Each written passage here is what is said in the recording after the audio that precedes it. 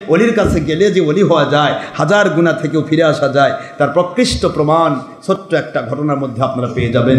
হযরতে শেখ ফরিদ রহমতুল্লাহি আলাইহি তিনি একদিন জঙ্গলের মধ্যে আল্লাহর জিকির করে, আগেকার ওলিরা কোথায় জিকির করতো?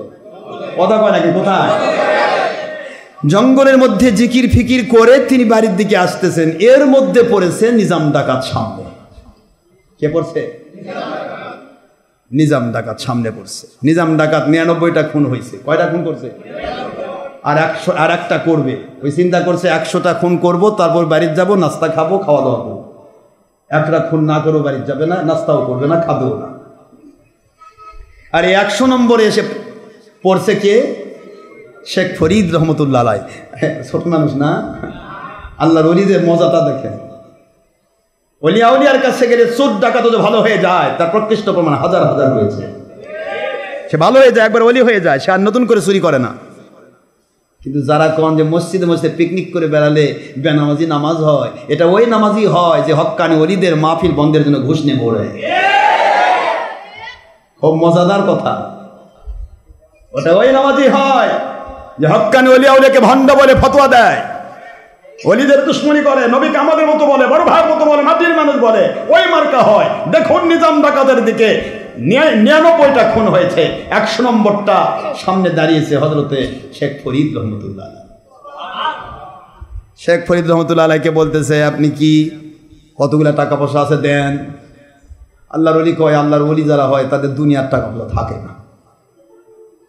আমার কাছে তো কোনো পয়সা নাই। কয় যে আমি নিজাম ডাকাত চিনেন না? কয় হ্যাঁ তা তো চিনি, তুই নিজাম ডাকাত। এই মাত্র ভারতের গল্প, কথা করছেন না কেন? কোথার গল্প? এই ইন্ডিয়ার গল্প, বেশি দূরের গল্প না, একবারে পাকা সত্য ইতিহাস, ভারতের গল্প। নিজাম ডাকাত বলে, কিছু না থাকলে তো আমি আপনাকে মেরে ফেলবো। আল্লাহর ওলি বলতেছেন, মেরে ফেলবা তাতে আমার সমস্যা কি? আমি তো আল্লাহ রাস্তায় চলে যাবো, তো তুমি যাবা কই? হ্যাঁ, কি বলেন? আমাকে মেরে ফেলবে? এ নিজাম ডাকাত, আমাকে তুমি মেরে ফেলবে? আমি আমার মালিকের ডাকে সাড়া দিয়া জান্নাতুল ফেরদৌসে ঢুকে যাব শহীদি মর্যাদা নিয়া। কিন্তু তুমি খুনি, তুমি কেমনে জবাব দিবা আল্লাহর কাছে? কই তাই তো, আমি খুন করি, অর্থ কামাই করি, আমি একা নই, আমার আহল পরিবার সবাই তো আমার এই খুনের অর্থ খায়, তাদেরকে খাওয়াই, সুতরাং আমি একা নই, আমার সমস্ত আহল পরিবার তারাও তো খুনের গুনাহ বহন করবে। হযরতে শেখ ফরিদ রহমতুল্লাহ আলাইহি বললেন, এই একটি কথা, তুমি আমাকে মেরে ফেলো, আমি আপত্তি করব না। বাড়িতে যাও, বাড়িতে গিয়ে তোমার আপনজনদের কাছে জিজ্ঞাসা করো, তুমি যে গুনাহগুলি করছো, একটার পর একটা খুন করছো, মানুষের অর্থ তুমি পরিপূর্ণ সব কিছু কামাই করে মানুষকে তসরুফ করে দিচ্ছ, নির্যাতন করছো, লুট করে নিচ্ছ। নির্যাতনের কি কষ্ট, এই কষ্ট তুমি নিজে বুঝবা না। তুমি বাড়িতে যাও, তোমার বিবি, তোমার আহলিয়া, তোমার সন্তানরা সবাইকে বলো, তোমার এই গুনাহগুলির ভাগ কি তারা নেবে? যদি নিয়ে থাকে তাহলে আমি শেখ ফরিদ বলতেছি, তুমি যেভাবে খুশি মেরে ফেলবা, আমি আপত্তি করব না। যেভাবে খুশি তুমি মারো, আমি আপত্তি করবো। থাকে এই ঘরে আমরা সামনে জমাতে বলি না, আজকে বলবো না, আমাদের টাইম পার হয়ে যাচ্ছে না তো। আল্লাহর ওয়ালিদের কাছে দুনিয়াতে কি সুসংবাদ! আল্লাহ তো বললেন, লাহুমুল বুশরা ফিল হায়াতিদ দুনিয়া ওয়া ফিল আখিরাহ, দুনিয়াতেও আমার ওলিদের জন্য সুসংবাদ, আখিরাতেও তাদের জান্নাতে যাওয়ার সুসংবাদ। নিজাম ডাকাত, আমি যদি আমার আল্লাহর কাছে প্রিয় বান্দা হয়ে থাকি, আমি জান্নাতে যাব। খুন করলে আমার আপত্তি নাই, তোমার কাছে খুন হতে চাই, যাও বাড়িতে যাও। আমি বাড়িতে যান, আপনি এখান থেকে পালিয়ে যান। কি বলেন আপনারা? আমি বাড়িতে যাই, আপনি আস্তে করে পালিয়ে যান। না, আল্লাহর সাথে যারা গুড কানেক্টেড, আল্লাহর যারা গোলাম হয়ে যায়, ওরা কারো ভয়ে পালানো জানে না। আল্লাহু আকবার বলে। ওরা পালায় না, যেহেতু আল্লাহ বলেছেন এদের কোনো ভয় নাই, এদের কোনো চিন্তা নাই, কারণ ওদের কন্ট্রোলার আমি আল্লাহ। সুবহানাল্লাহ বলে। এই জন্য ওলিদের পক্ষে যারা থাকে তাদের দুনিয়াতে রহমত করা, শান্তি দেওয়া, আর আখিরাতে জান্নাত দেওয়া আল্লাহর ওয়াদা হয়। আর হক্কানি ওলিদের যারা দুশমনি করে তাদের বিরুদ্ধে যুদ্ধ করার দায়িত্ব আল্লাহর হয়ে যায়। খোলেন বুখারী, বারবার বলি, কারণ মানুষ এক এক সময় এক এক রকমের মানুষ এক এক ধরনের ওয়াজ করে।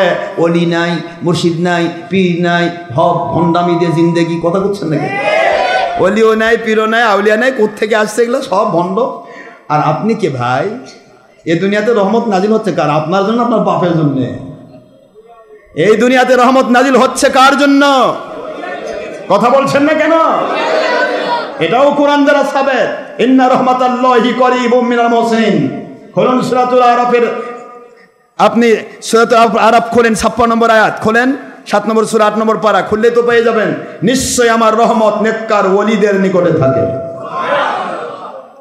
রহমত, শান্তি, বরকত দুনিয়াতে ওলিদের কাছে থাকে। সুবহানাল্লাহ বলবেন না? আর আপনি করছেন কি পাওয়া যায়? ওলি মানে ভণ্ড। তো চোরের কাছে থাকে নাকি?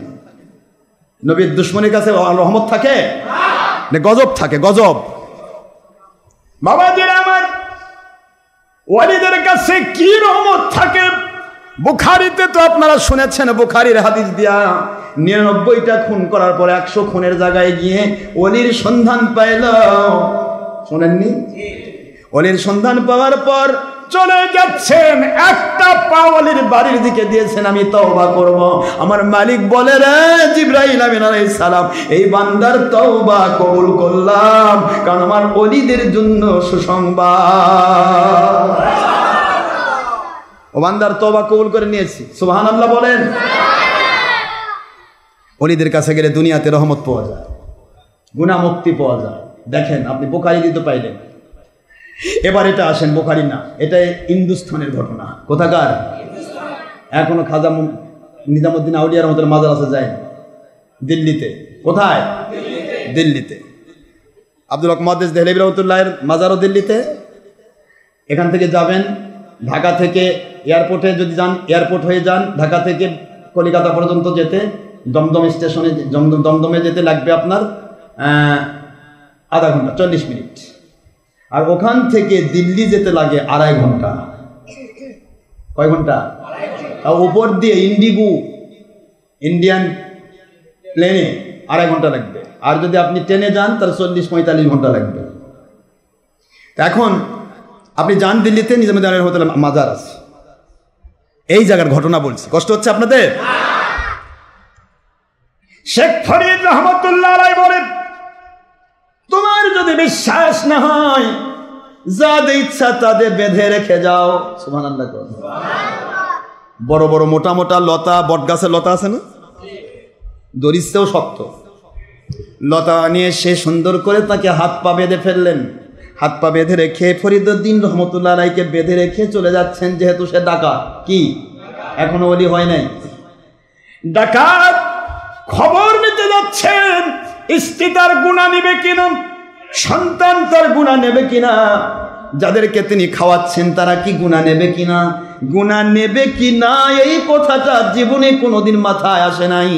আজকে ওলির মুখ দিয়ে বের হয়েছে, প্রশ্ন করার জন্য বাড়ির দিকে যাচ্ছে, এটাও ওলির অর্ডারের তাসির।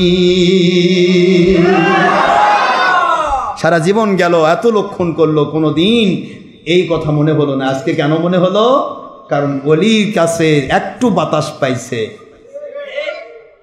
সুবহানাল্লাহ। আতরের কাছে গেলে আতরের নাও কিনেন, একটু গন্ধ লাগে। কথা বলেন। যারা সুইপার পায়খানা সাফ করে, ওর কাছে একটু দাঁড়ায় থাকেন, পায়খানা আপনার গায়ে না লাগলেও পায়খানার গন্ধ পাওয়া যায়। কথা বলছেন না কেন মুসলমান?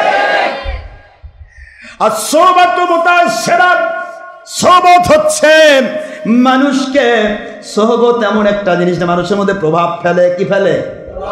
বিড়ি খোরের পিছে ঘুরলে বিড়ি খাবার মন চায়, সিগারেট খোরের পিছে ঘুরলে সিগারেট খাবার মন চায়। একটা টান দেই ভাই, একটা টান। পরের দিন কয় আমি একটু খাই, তারপরে কয় 3 প্যাকেট, তারপরে 4 প্যাকেট, তারপরে বইয়ের একটু খাবার দাবার না ওই প্যাকেট খাচ্ছে। কথা বলছেন না কেন? আল্লাহর ওয়ালিদের কাছে গেলে একটা মানুষ বেঈমান ছিল ইমানদার হয়ে যায়, একটা মানুষ বেনামাজি ছিল নামাজি হয়ে যায়, একটা মানুষ সুদ ডাকাত ছিল ডাকাতি বাদ দিয়ে দেয়, একটা মানুষ জিন্দেগিতে অনেক গুনাহ খাতা করত, ওলির কাছে গিয়ে ধুয়ে মুছে গুনাহ মুক্ত করে বাড়িতে ফেরত দেয়। যেহেতু আল্লাহর হাবিব সাল্লাল্লাহু আলাইহি ওয়াসাল্লাম বলেছেন, আমার ওলিদের চেহারার দিকে যে তাকায় রে মনজার আলিমান, আমার ওলি আউলিয়া হক্কানি আলেমের চেহারার দিকে যারা তাকায় ওদের জীবনে আমি নবীজি একটা ফজিলত দিয়ে দিলাম, ওরা আমি নবীকে দেখার ফজিলত পেয়ে যায়। কোথায় পাইবেন নবী গো? নবী পাওয়া যায় আল্লাহর ওলিদের দরবারে, নবীজির মহব্বত পাওয়া যায় ওলির দরবারে।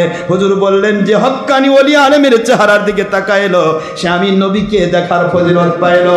মান জারানি ফাকাদ জার আল্লাহ, যে ব্যক্তি আমি নবীকে দেখার ফজিলত পাইলো সে আল্লাহকে দেখার ফজিলত পাইলো। আল্লাহকে সরাসরি দেখা যায় না, নবী ওলির মধ্য দিয়ে ফজিলত নেওয়া যায়। আল্লাহর হাবিব বলেন ফাকাদ গুফিরা লাহু, আল্লাহকে দেখার ফজিলত যে ওলি দেখে পাইলো ওর জীবনের গুনাহ মাফ করা হলো। ওলির কাছে গেলে গুনাহ নিয়া বাড়িতে ফিরা যায় গুনাহ ছাড়া হইয়া। লাহুমুল বুশরা ফিল হায়াতিদ দুনিয়া, ওলিদের কাছে শুধু সুসংবাদ। এটা আল্লাহর কোরআন বলছি, আমি বানানো গল্প করি না। শেখ ফরিদ রহমতুল্লাহ আলাইহি বন্ধনরত অবস্থায় থাকলেন, যেই মাত্র নিজাম ডাকাত বাড়ির দিকে চলে গেল, কুদরত থেকে তার বন্ধনগুলি খুলে গেল। বন্ধনগুলি খুলে গিয়ে আল্লাহর জিকিরে মশগুল হয়েছেন, সুবহানাল্লাহ বলেন। সেই গাছের নিচেই তিনি জিকির ফিকির করছেন। নিজাম ডাকাত বাড়িতে গেল, স্ত্রীকে ডাক দিল, স্ত্রী তার ছেলেদেরকে ডাকে, সে ছেলেরা তোমার আব্বাজান বোধ এসেছে নাস্তা খাওয়ার জন্য, 100 খুন বোধ হয়ে গেছে, আজকে বলেছে 100টা খুন না করে বাড়িতে আসবে না, 100টা খুন হয়ে গেছে, নাস্তা দিতে হবে, তাড়াতাড়ি যাও তোমার আব্বাকে নিয়ে আসো, নাস্তা দেওয়ার ব্যবস্থা করো। নাস্তার টেবিলে, খাবার টেবিলে, রাতের বেলা ডিনারের টেবিলে কাউকে বলে বিবি রে জীবনভর মানুষ খুন করলাম, কিন্তু আমি মানুষ খুন করে লাখ লাখ টাকা বাড়িতে নিয়ে আসি, এগুলি যে তোমাদের খাওয়ায় এটা কি শুধু আমি নেব নাকি তোমরাও নেবে? বউ কয় আমার বাপ বিয়া দিছে আপনার বাড়িতে, এটা কি আমার বাপের অপরাধ? কথা বলতে এই জন্য মা বোনদের খাদ্য হালাল, মায়েদের দোয়া কবুল হয়, যেরকম সুবহানাল্লাহ। স্ত্রী বলতেছে আমার বাবা তোমাকে যে বিয়ে দিয়েছে এই বিয়েটা কি দেওয়া আমার বাবার জন্য অপরাধ? কয় না, তা হবে কেন? যদি তা না হয় আমি স্ত্রী হিসেবে এসেছি গো নিজাম ডাকাত, তুমি আমাকে খাওয়াবে এটা আমার হক অধিকার, তুমি কি খাওয়াবে এটা আমার দেখার বিষয় নয়, তুমি গুনাহ করতেছো, গুনার ভার নেওয়ার দায়িত্ব আমার না। তুমি গুনাহ করবে, আমি তো তোমার দায়িত্ব নেব না, কারণ আমার বাবা বিয়ে দিয়েছে, আমার হক হলো তোমাকে তোমার কাছে খাওয়া, আর তোমার দায়িত্ব হলো আমাকে খাওয়ানো। হারাম খাওয়াবা তুমি বুঝবা, হালাল খাওয়া তুমি বুঝবা, সেটা তোমার ব্যাপার, আমার দায়িত্ব। নিজাম ডাকাত স্ত্রীকে বলতেছে তুমি কি নিবে না? না, তা নেবো কেন, আমার তো হক খাওয়া। ছেলে মেয়েদের ডাক দিলেন, ও ছেলেরা মেয়েরা, এত কিছু বিলাসপূর্ণ খাবার তোমাদের দিলাম, কত মানুষ খুন করলাম, কত টাকা অর্থ সব কিছু নিয়ে আসে তোমাদের দিলাম, বলো তো বাবা এই পাপের দায় কি তোমরা বহন করবে? ছেলে মেয়ে কয় আব্বাজান আপনার কাছে জন্ম নেওয়া কি আমাদের দোষ? বাপ কয় কও কি দোষ হবে কেন, এটা তো রহমত। তো তাহলে বাবা হিসেবে ছেলে মেয়েকে তরবিয়ত দেওয়া, খাওয়া দাওয়া করানো, পোশাক পরিচ্ছদ দেওয়ানো, লেখাপড়া করানো বাবার দায়িত্ব, আর ছেলে মেয়ের এটা হক। কাজে আপনি কি করে নিয়ে আসছেন ওরা তো দেখার বিষয় আমাদের নাই, আমরা কারো গুনাহ নিতে পারবো না। আমার মালিক কুরআন হাকিমের মধ্যে কয়েকবার এই কথা বলেছেন, আল্লাহ তাজিরু ওয়াজিরাতুন বিজরা উখরা। দুনিয়ার মানুষেরা রে, দুনিয়াতে কারো গুনাহ আমি কারো উপর নাজিল করব না। বাপের গুনাই সন্তান দায়ী হবে না, বাপ স্বামীর গুনাই স্ত্রী দায়ী হবে না। যার গুনার দায় আমি তার উপর চাপাবো। তবে গুনার ক্ষেত্রে যদি কেউ উৎসাহ দেয়, কোনো বউ যদি কেউ ঘুষ পাইকারি খাও, না হলে বেনারসি শাড়ি হবে কেমনে, তাহলে স্বামীর সাথে বউ জালেম। কথা বলছেন না কেন জোরে? এখানে আর সে মাজলুম থাকলো না, এখানে তার হক আর থাকলো না, সে নিজেই উদ্বুদ্ধ করেছে। যদি বাবা ছেলে মেয়ে বলে আব্বা বেশি করে সুদ খান ঘুষ খান, না হলে আমাদের বাড়ি গাড়ি হবে কেমনে, তাহলে ছেলে মেয়েও হকের আওতায় থাকলো না, এরা বাপের সাথে জালেম হয়ে গেল। বলেন না কেন? বাবাজি আমার, প্রত্যেকটা জিনিস আপনাকে বুঝতে হবে। বোঝার নাম ইসলাম, মেনে নেওয়ার নাম হলো বন্দেগী। ইবাদত হলো মেনে নেওয়ার নাম, আর বোঝার নাম ইসলাম। আপনি বুঝবেন, তারপরে মানবেন। আমি আপনাদের খেদমতে আরজ করি, নিজাম খুনি হয়রান হয়ে গেলেন। হযরত আল্লাহর ওলি শেখ ফরিদ রহমতুল্লাহ আলাইহির কথাগুলো তার অন্তরের ভিতরে, তার কানের ভিতরে যেন বাস খাচ্ছে। রে নিজাম ডাকাত, যা করছো তোমার বাড়ির কেউ এর দায় নেবে না। এই কথাটা তার ভিতরে যেন বাস খাচ্ছে, কারণ অলির কাছে একটু ছোঁয়া পাইছে রে, ওর উপরে আল্লাহর রহমত নাজিল হয়ে গেছে। আল্লাহ রাব্বুল আলামিন বুঝায় দিলেন, রে নিজাম ডাকাত, আমার ওলির সামনে পড়েছিস, ওলির সাথে দুর্ব্যবহার করিস নাই, এই জন্য আমি আল্লাহ তোকে ওলির কারণে আমি হেদায়েত নাজিল করব। এই জন্য বাড়িতে যাওয়ার মতো তোর ভিতরে মানসিকতা তৈরি করে দিলাম। তাছাড়া একটা ডাকাত কখনো বাড়িতে জিজ্ঞাসা করতে যাওয়ার কোনো দরকার নাই, ঠিক না বে ঠিক? যে ডাকাতি করে, যে মানুষ খুন করে, সে তো বাড়িতে জিজ্ঞাসা করতে যাওয়ার দরকার নাই। বলতে পারতো শেখ ফরিদ আমার বাড়িতে নেক আর না নেক তাহলে তোমার কি, তোমাকে মারবো আমি, ঠিক না ঠিক? কিন্তু তা করলো না। এই যে যাওয়া বাড়িতে, এটাও আল্লাহর পক্ষ থেকে হেদায়েতের উসিলা। বাড়িতে গেলেন, ফিরে আসতেছে, ফিরে এসে দেখি হযরত আল্লাহর ওলি লতা গুল্ম পাতা যে বান্ধে রাখছিলেন কিছুই নাই, বসে থেকে জিকির করতেছে। আল্লাহর ওলি দিয়ে তাকায় বলেন, আপনার লতা গুল্ম পাতা এগুলি খুলে দিল কে? খোলার তো কেউ নাই, এত টাইট করে বেঁধেছি, শক্তিশালী মানুষ খোলার কথা নয়। আল্লাহর ওলি বলেন, টেনশন করো না, আল্লাহর সাথে যে গোলাম, আল্লাহর সাথে গোলামের কানেকশন যার হয়ে যায়, দুনিয়ার কোনো শক্তি তার ক্ষতি করতে পারে না। আমাকে বেঁধে রাখা যাবে না, আমাকে বেঁধে রাখা যাবে না। তুমি বলো তুমি কি পেয়েছ? লোকটি বলে, ও আল্লাহর ওলি, বুঝতে পেরেছি আমার জীবনের কিছুই নেবে না। আমার ভিতরে আপনার কথা বারবার বাড়ি খায়, আমার ভিতরে ধ্বনিত প্রতিধ্বনিত হয়। ও আল্লাহর ওলি, আজ থেকে নিয়ত করে নিলাম, আমার ডাকাতির কোনো গুনাহ স্ত্রী নেবে না, সন্তান নেবে না, আমার আপনজন নেবে না। তাহলে কেন ডাকাতি করব, কেন খুন করব? আপনি দয়া করে আমাকে তওবা করান গো ওলি, আপনার কাছে আমাকে বায়াত করা করতে চাই, জীবনের গুনাহ ছেড়ে দিলাম, আর করব না। কত শত লোককে আমি খুন করলাম, আজকে আমি 99টি খুন করে 100 জনের দিলাম। আপনি আমাকে সামনে পড়ে এত দূর থেকে আমাকে দয়া করে বিপদ থেকে রক্ষা করেছেন। এই যদি হয়ে থাকে, তাহলে আমাকে গুনার ব্যাপারে একটিবার তওবা করায় দেন। আল্লাহর ওলি তওবা করালেন। এরপরে তাকে বললেন, তুমি এই গাছের নিচে যেখানে তুমি আমাকে বেঁধে রেখেছো, এই গাছের নিচেই তুমি বসে থাকো। সুবহানাল্লাহ কোন? গাছটা ছিল একেবারে মরা গাছ। কি? ফল নাই, ফুল নাই, পাতা নাই, পুরো গাছটা নিচ থেকে মাথা পর্যন্ত মরা কাঠ, শুধু কাটা বাকি আছে। কি বাকি আছে? কাটা বাকি আছে, মরে তছনছ হয়ে গেছে, ফল ফুল ধরে না। ওই গাছের নিচে হযরতে শেখ ফরিদ রহমতুল্লাহ আলাইহি নিজাম ডাকাতকে বসিয়ে দিয়ে বলেন, ডাকাত এই জায়গায় বসো, যেভাবে সবক দিলাম সবক মোতাবেক আমলগুলি করো, করতে থাকো।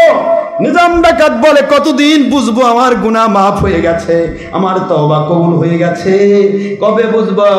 আল্লাহর ওলি বললেন, বেশি কিছু বোঝার দরকার নাই, তুমি শুধু করতে থাকো। তোমার এই মরা গাছে যেদিন ফুলে ফলে সুশোভিত হয়ে যাবে মালিকের দয়ায়, সেই দিন তোমার গুনাহ মাফ হয়েছে, তওবা কবুল হয়েছে, তুমি ওলি হয়েছো বুঝে নিবা।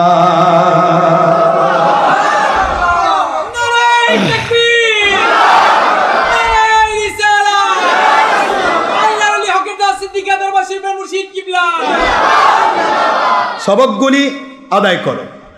জিকির ফিকির শিক্ষা করে দিলেন, তিনি সেগুলি করতে থাকলেন। সুবহানাল্লাহ। আহা, আল্লাহ হেদায়েত দিলে কেমন হয়। আমরা কি করছি দেখেন, 3 ঘন্টা থাকলে 2 ঘন্টা থাকলে ভিতর খালি খুশমুশ করে, ইস কোথায় আসছি রে, জীবনের আসবো না রে, হাই হাই রে, এতক্ষণ যদি ফেসবুকে দেখতাম রে, কত কি দেখতাম রে, হাই হ্যাঁ, এতক্ষণ টিভির পর্দায় থাকলে কত জিনিস দেখা হতো। আরে হুজুর খালি ছাড়ে দেয় না, খালি বান্ধে রাখে, হুজুর দোয়া করে ধরে যে ছাড়ে না, মনে মনে ভাবেন। কি বলেন না কেন? আপনারা ভাবেন? আমি জানি আপনারা ভাববেন না, কারণ আপনারা আল্লাহর গোলাম।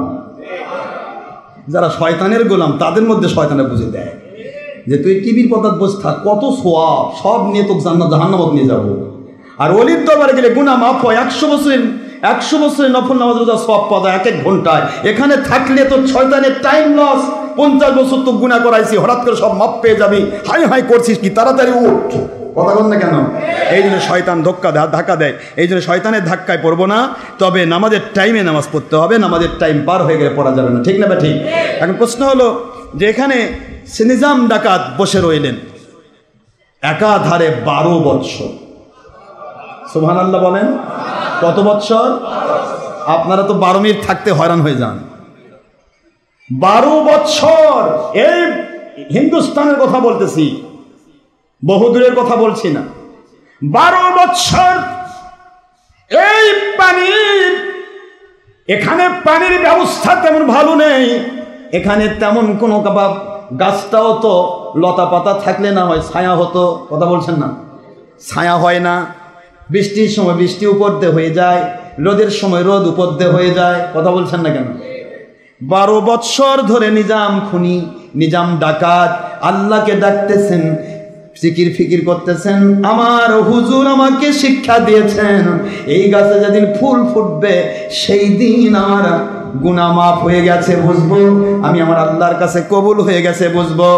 একটা বার তিনি গাছের দিকে তাকান না।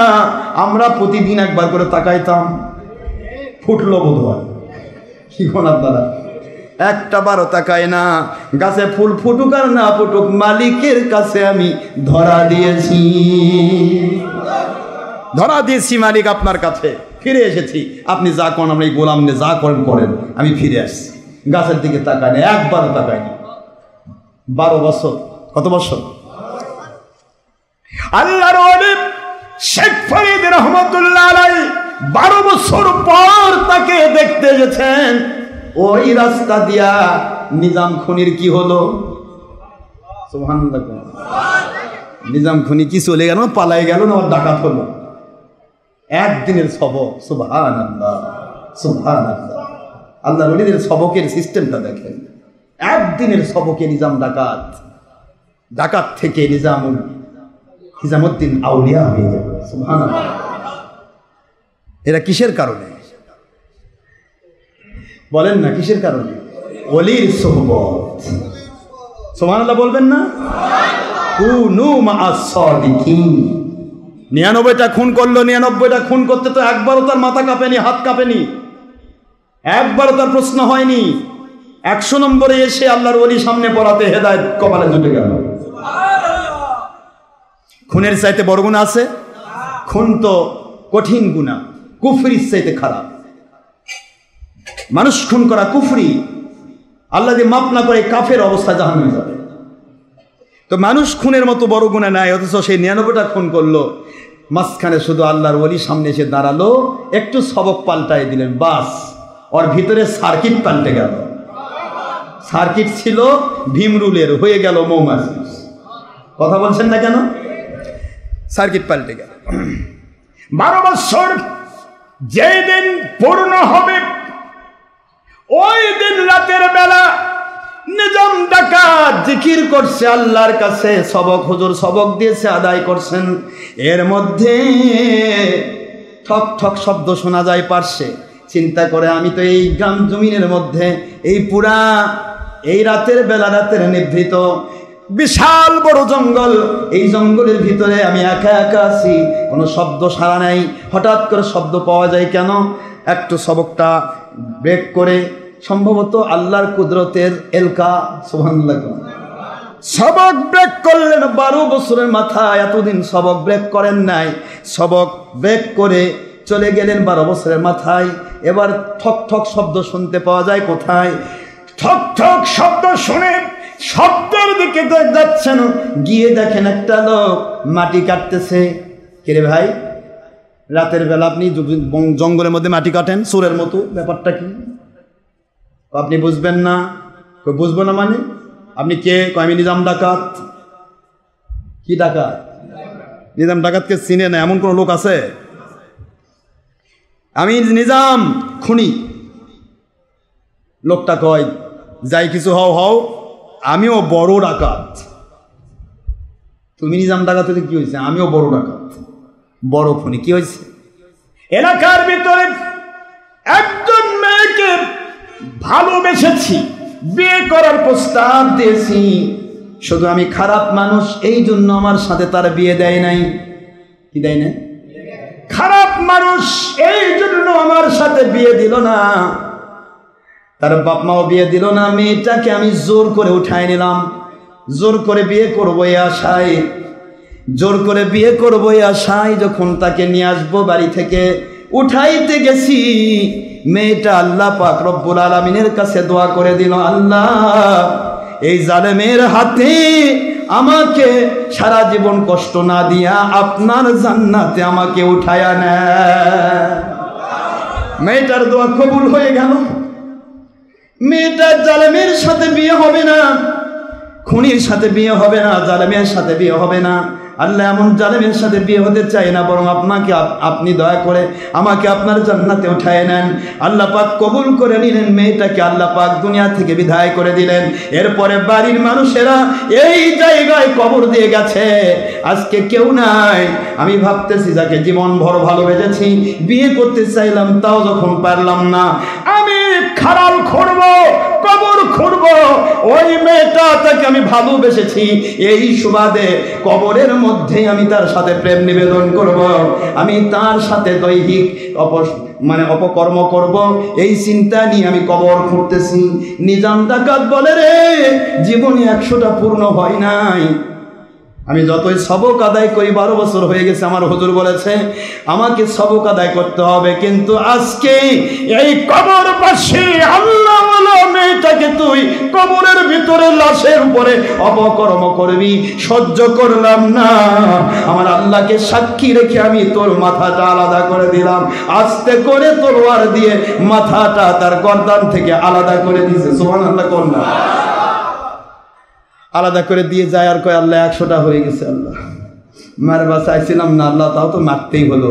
এই বেঈমান কি অপরাধ করতে যাচ্ছিল, আল্লাহ আপনি দয়া করে ক্ষমা করে দিয়ে। আস্তে করে গাছের দিকেও তাকাই নাই, আস্তে করে গিয়ে আবার বসছে, গাছের নিচে বসে আবার জিকির শুরু করেছে।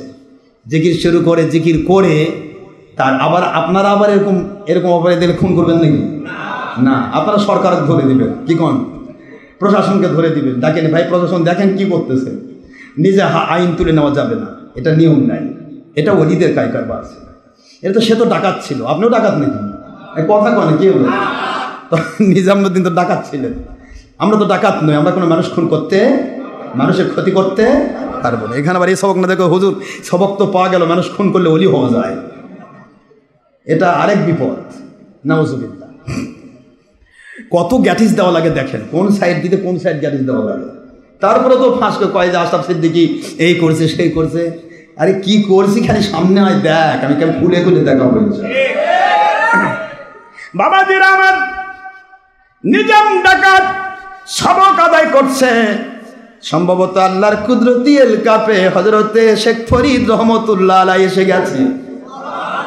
শেখ ফরিদ রহমতুল্লাহ সামনে এসেছেন। নিজাম ডাকাত চোখ খুলে কয়, হুজুর আমার আমার তওবা কি কবুল হয়েছে? শেখ ফরিদ রহমতুল্লাহ বলেন, তওবা কবুল হওয়ার ব্যাপারে কি করেছ? কয় যে এই ঘটছে, একটা লোক খুন করেছি। আল্লাহর ওলি বলে, গাছের দিকে তাকাও, 99টা খুন করে তুমি আল্লাহ থেকে যত দূর সরে গিয়েছিলে, আজকে ওই একটি খুন করে আল্লাহর তত নিকটে এসেছ। দেখো তাকায়া তোমার মরা গাছ, উপরের দিকে তাকায় দেখে পুরা মরা গাছ ফুলে ফলে তরুলতায় ভরে গেছে। আল্লাহর ওলিকে এত দূর পর্যন্ত আল্লাহ কবুল করেছেন। হযরতে শেখ ফরিদ রহমতুল্লাহ আলাইহি বলেন, আমার মালিকের পক্ষ থেকে তোমাকে নিজামুদ্দিন আউলিয়া বানানো হয়েছে। আউলিয়াদের সর্দার নিজামুদ্দিন আউলিয়া রহমতুল্লাহ আলাইহি, তার মাদার শরীফ আজও আছে, যা দেখে আসেন। এই সেই নিজাম, সেই নিজামুদ্দিন রহমতুল্লাহ আলাইহি ওলি হলেন কিভাবে? লাহুমুল বুশরা ফিল হায়াতিদ দুনিয়া। আল্লাহর ওলিদের কাছে দুনিয়াতেও সুসংবাদ, যারা ওলির কাছে যায় সব গুনাহ খাতা মাফ হয়ে তারা নেককার হয়ে যায়। ওমা আলাইনা ইল্লাল বালাগুল মুবিন। হাদা মা ইনদি মা ইয়ানফা মা ইনদাল্লাহি ওয়া রাসূলিহি সাল্লাল্লাহু আলাইহি ওয়াসাল্লাম। সুবহানাকাল্লাহুম্মা ওয়া বিহামদিকা আশহাদু আল্লা ইলাহা ইল্লা আনতা আস্তাগফিরুকা ওয়া আতুবু ইলাইকা।